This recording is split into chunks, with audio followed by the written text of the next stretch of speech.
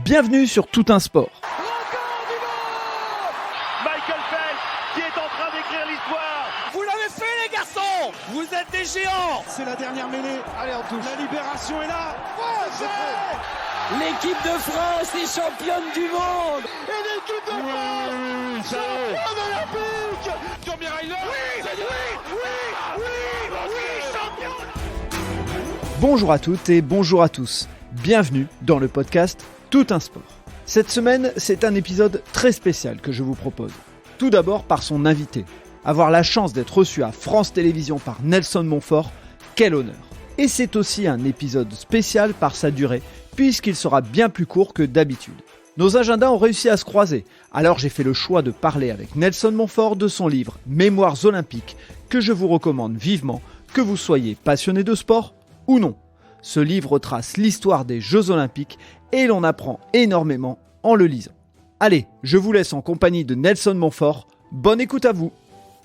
Donc aujourd'hui, j'ai la chance d'être reçu dans les locaux de France Télévisions. Pour moi, c'est un grand honneur. Un passionné de sport qui vient chez France Télévisions, c'est tout un honneur. Et avant de démarrer avec mon invité très spécial pour moi, je voudrais faire un clin d'œil à Stéphane Cateau, qui est un Mouvallois. Donc pour ceux qui n'habitent pas le nord de la France, c'est une ville près de Tourcoing, Roubaix et Lille, qui a coécrit le livre Mémoires olympiques et qui a fait une conférence avec vous, Nelson Montfort, à Mouveau, où j'ai eu la chance d'assister, et je fais un clin d'œil en même temps à Sandrine Ducré parce que je lui avais promis, qui a fait l'intermédiaire pour qu'on puisse parler. Donc ça va être un épisode un peu spécial et on va rentrer tout de suite dans le vif du sujet puisque Nelson Montfort, on ne le présente plus. Alors je dis ça et en même temps je pense qu'il y a un point important avant de démarrer, c'est que j'ai regardé Un dimanche à la campagne, votre émission avec Frédéric Lopez, et je tiens à dire que je regarde toutes les émissions et je pense que celle-là, le trio dont vous m'avez particulièrement touché. Rien qu'à le dire, j'ai encore de l'émotion parce que vraiment, ça a été,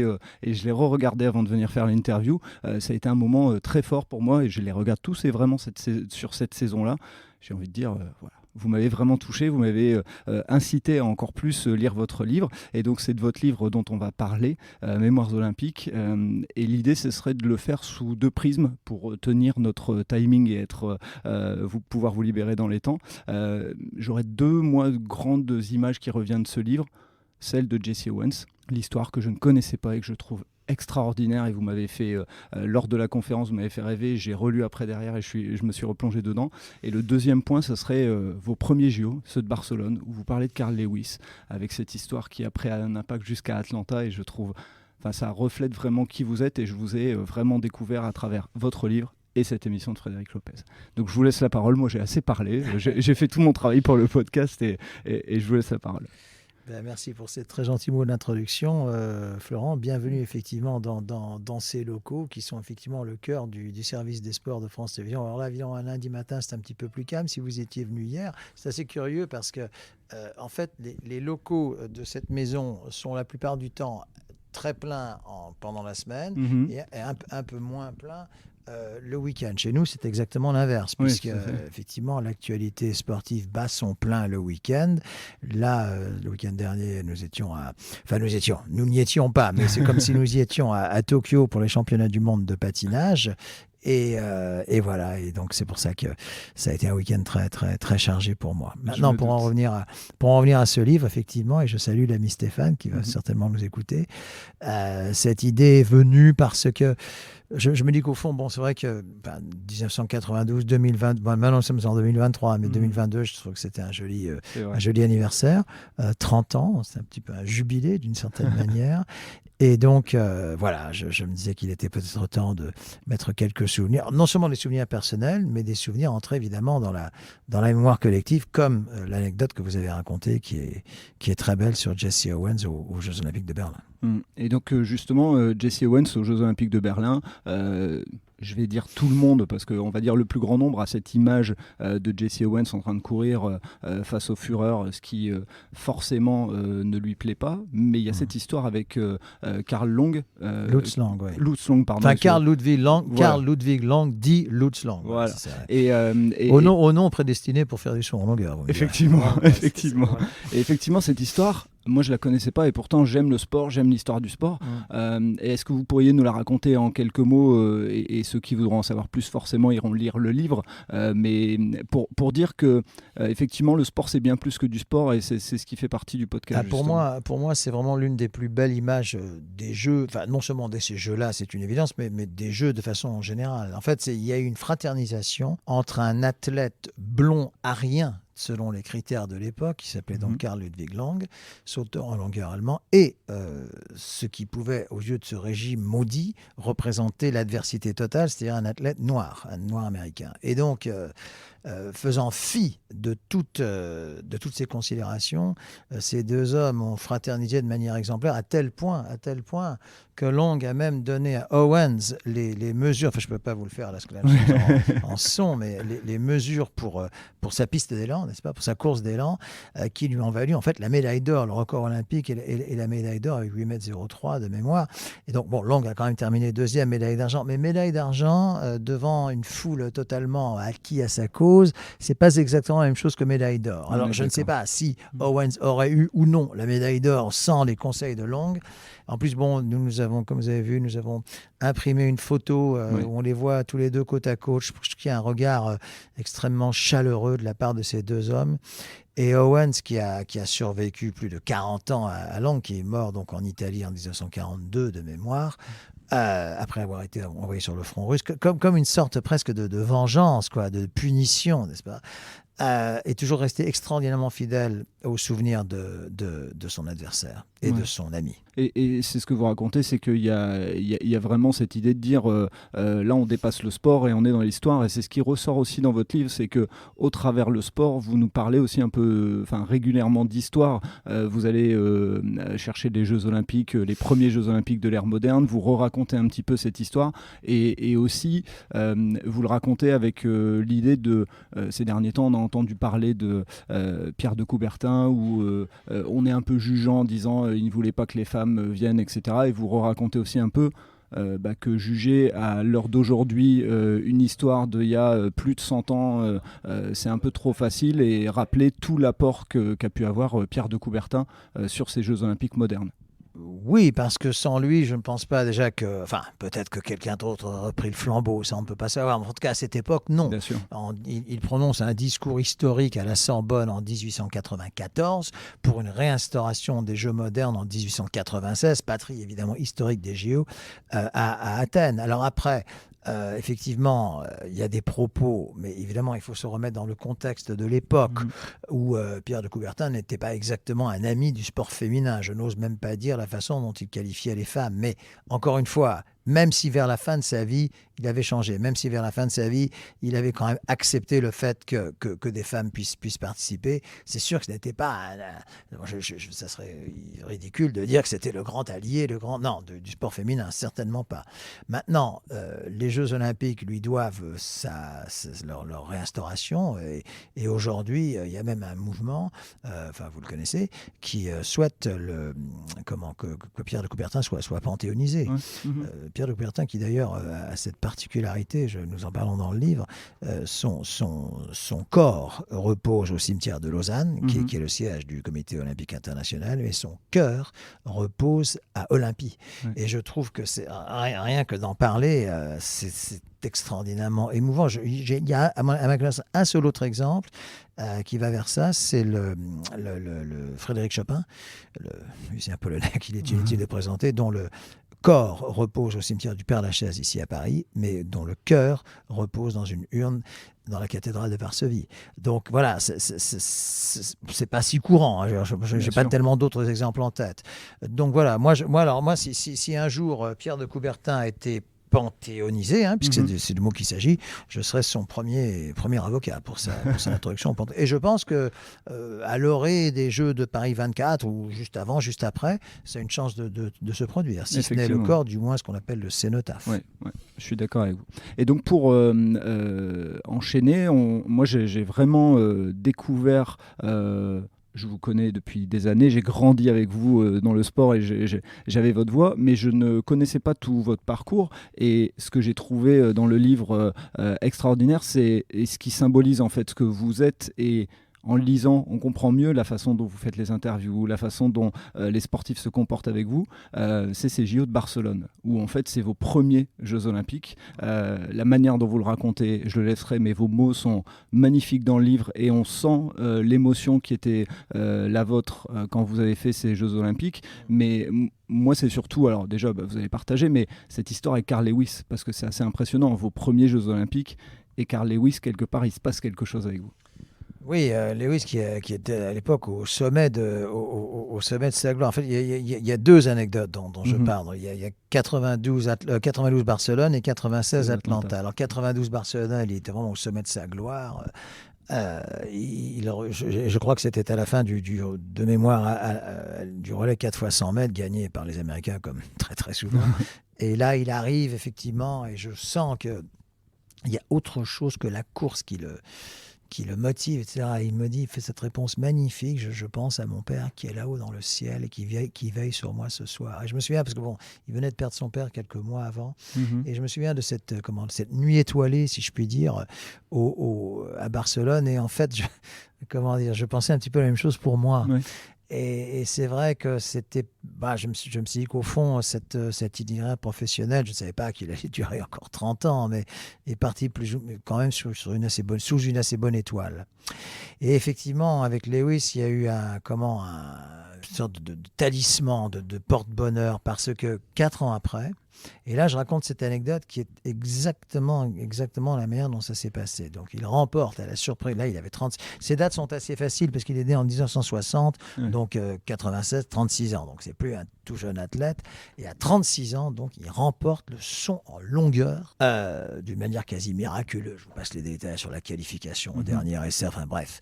Et là, il y a 500 journalistes américains dans une grande salle de presse qui l'attendent, etc. Et moi, en ce moment-là, on me dit, décalage horaire aidant, qui était favorable, ça serait formidable de l'avoir ce soir dans nos journaux, etc. Je dis, mais non, mais ça, c'est la rédaction chef à Paris. Je dis, mais là, il y a 500 journalistes américains qui l'attendent, c'est totalement impossible. Et là, je vois arriver ce petit bonhomme, là, qui s'appelle Joe Douglas, qui est son manager de toujours, un petit bonhomme, là. Et je dis, voilà, Joe, que je connaissais un petit peu, et on me demande de faire un quart. Je sais que c'est évidemment totalement impossible. Il y a 500 personnes. Il me dit c'est pas du tout impossible parce que ces 500 personnes, ils n'étaient pas là pendant les années où Carl était tout en bas. Vous étiez là parce qu'à l'époque, nous transmettions beaucoup de meetings. Ça.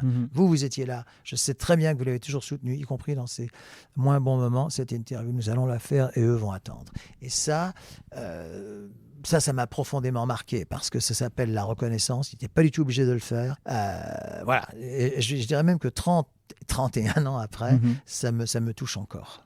J'imagine, et vous racontez aussi dans le livre, et ça c'est un point important, c'est que contrairement à beaucoup d'autres journalistes, vous pendant les épreuves, enfin les qualifications et autres, vous étiez dans le stade, vous étiez là, et en fait ça, vous estimez que les athlètes le voient, et c'est ce qui fait aussi ce respect entre guillemets, parce que vous utilisez ce mot qui règne entre vous, et a priori Carl Lewis c'est ce qui l'a touché aussi. C'est-à-dire que ceux qui, en fait l'athlétisme, comme la natation, comme beaucoup d'autres sports, il y a les qualifications le matin, et puis les finales de l'après-midi ou du soir. Or, évidemment, ce sont les mêmes qui sont là le matin. Sauf que le matin, il y a beaucoup moins de monde. Et moi, j'y étais à chaque fois, même hors antenne, si je puis dire, même quand il ne s'agissait pas de faire l'interview. Et forcément, ils vous voient, ils me voient, moi je le vois, etc.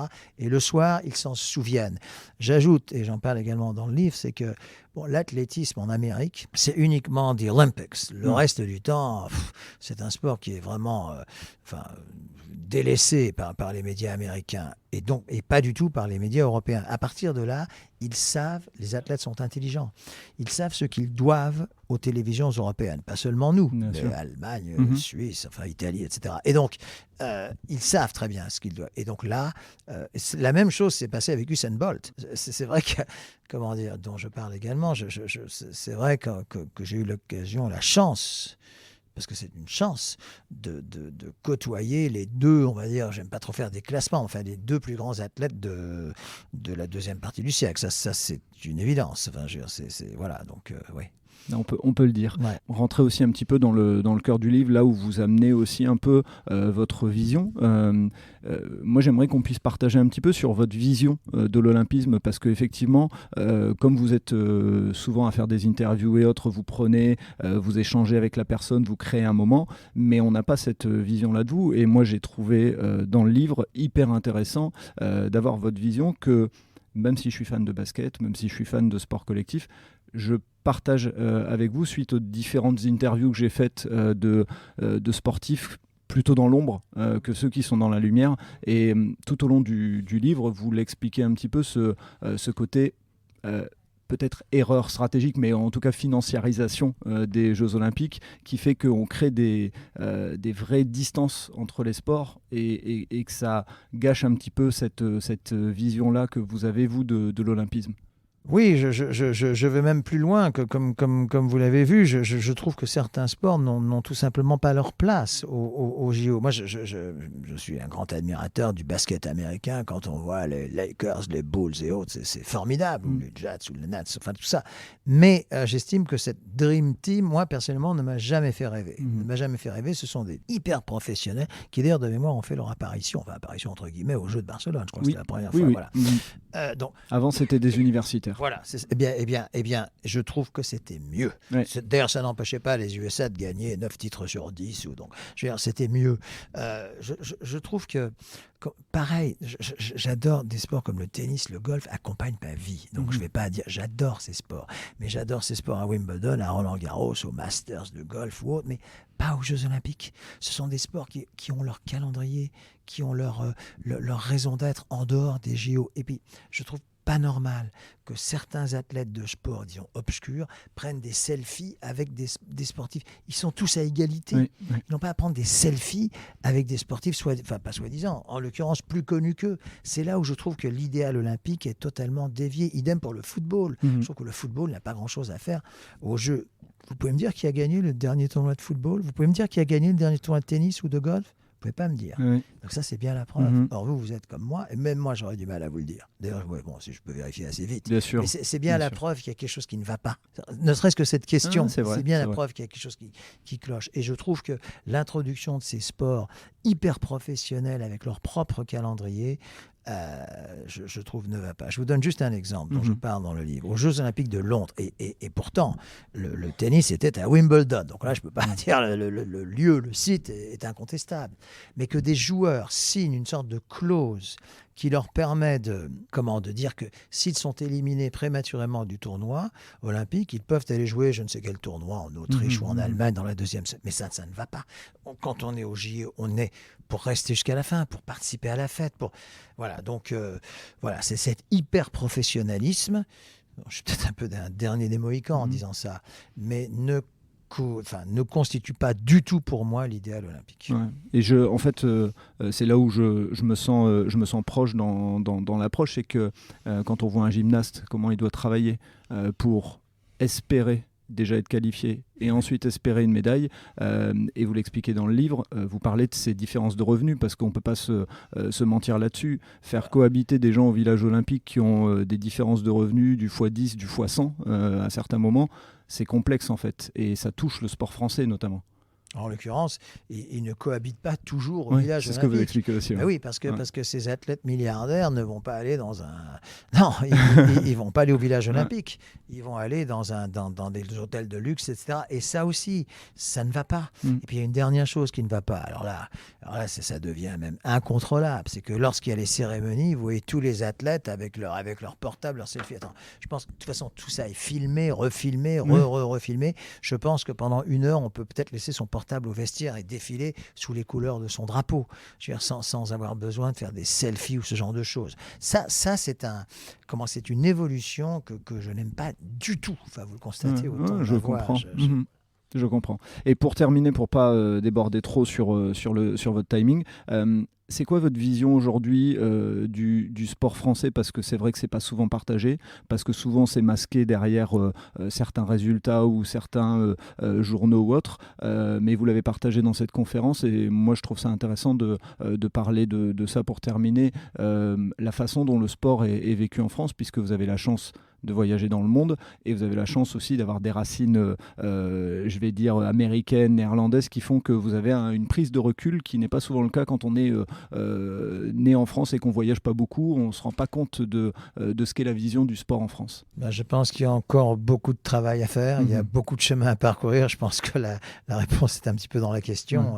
Là, vous avez cité 2 pays. USA, c'est différent parce que le sport universitaire est absolument énorme. C'est un sport, c'est l'antichambre du professionnalisme, etc.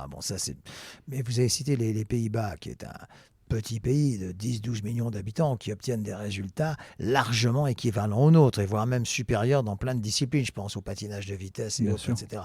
Donc, pourquoi ? Parce que dans ces pays-là, comme en Allemagne, comme en Suisse, comme dans tous les pays scandinaves, on pratique le sport à l'école. C'est-à-dire qu'à 13h30, les élèves ne portent pas des cartables de 10 kilos pour que leur tête se remplisse de je ne sais quelle chose qui leur serviront à rien plus tard. Et oui, là, je suis vraiment très sincère. Je suis moi-même père de 2 filles qui sont plus grandes à présent, mais je me souviens du poids des cartables et je vois très bien qu'aujourd'hui, et même depuis quelques années, elles ne se servent absolument pas du tout de ce qu'elles ont pu apprendre à l'école. En revanche, le sport l'après-midi, je trouve ça indispensable à la vie, indispensable à l'équilibre, indispensable à lutter contre la violence de la société. Donc voilà, je pense que c'est de plus en plus important et que malheureusement en France, ce n'est pratiquement pas considéré. Quant aux performances sportives dont vous parlez, effectivement, il y a des jolies performances d'élite. Oui. Mais pas de la base. Je suis devenu le parrain d'une fédération qui est très drôle, qui s'appelle la Fédération française de la loose. Alors évidemment, il y a pas mal de dérision, d'autodérision. C'est tous les sportifs français il y a pas mal, qui terminent 4e, enfin bref, qui ratent leur et croyez-moi, il y en a plus d'un. C'est très drôle, etc. Moi, j'essaie de relativiser ça aussi, parce que même dans l'élite, il y a aussi des contre-performances. Mais enfin, ce qui est sûr, c'est que la France, et je ne comprends pas comment ni pourquoi, néglige encore à ce point le sport à l'école. Ça me semble être invraisemblable. Et pourtant, c'est ainsi. Et je peux vous le confirmer, puisque j'ai 2 enfants au collège, ils font de l'acrosport et du cirque. Et je trouve ça, à 1 an des Jeux Olympiques, je dis pas qu'ils doivent faire du sport de performance, mais au moins donner l'envie de découvrir des sports qui pourraient l'être au moins olympiques. Ce serait la base. Voilà. Exactement. En tout cas, merci, parce que je ne vais pas vous retenir plus longtemps, je sais que l'agenda est chargé. Merci d'avoir accepté mon invitation, merci de m'avoir reçu. Ça a été un bonheur de lire votre livre. J'ai déjà des demandes pour le prêter, donc j'ai dit attention, il y a une dédicace dedans, donc il ne faut pas le jeter, il ne faut pas le perdre. Mais voilà, je commence à avoir des demandes puisque j'en parle avec... Sinon Stéphane Cato vous en offrira un autre. Ah bah ouais, je vais demander à Stéphane Cato, tiens, après tout. En tant que Mauvallois, on peut se partager ça. Mais vraiment, merci pour ce moment, même s'il était court, il était intense, et c'est ce qui me plaît. Merci à vous et à tous vos auditeurs. Merci beaucoup. Et voilà, c'est le coup de sifflet final. Fin de l'épisode. J'espère que vous avez apprécié cet échange, et pour en savoir plus, rendez-vous sur les notes du podcast. Si vous avez aimé cet épisode, n'hésitez pas à vous abonner et surtout à laisser un commentaire et une note sur Apple Podcast ou mettez 5 étoiles sur Spotify. Ça aide à faire connaître le podcast. Vous aimez les podcasts ? Découvrez Allez Vas-y, notre podcast qui met en avant les personnes qui passent à l'action. Et n'oubliez pas, allez jeter un œil sur notre nouveau projet, Votre Histoire est un cadeau, sur Instagram ou Facebook. Je vous donne rendez-vous vendredi matin pour un prochain épisode de Tout un sport, et à très vite sur nos réseaux sociaux.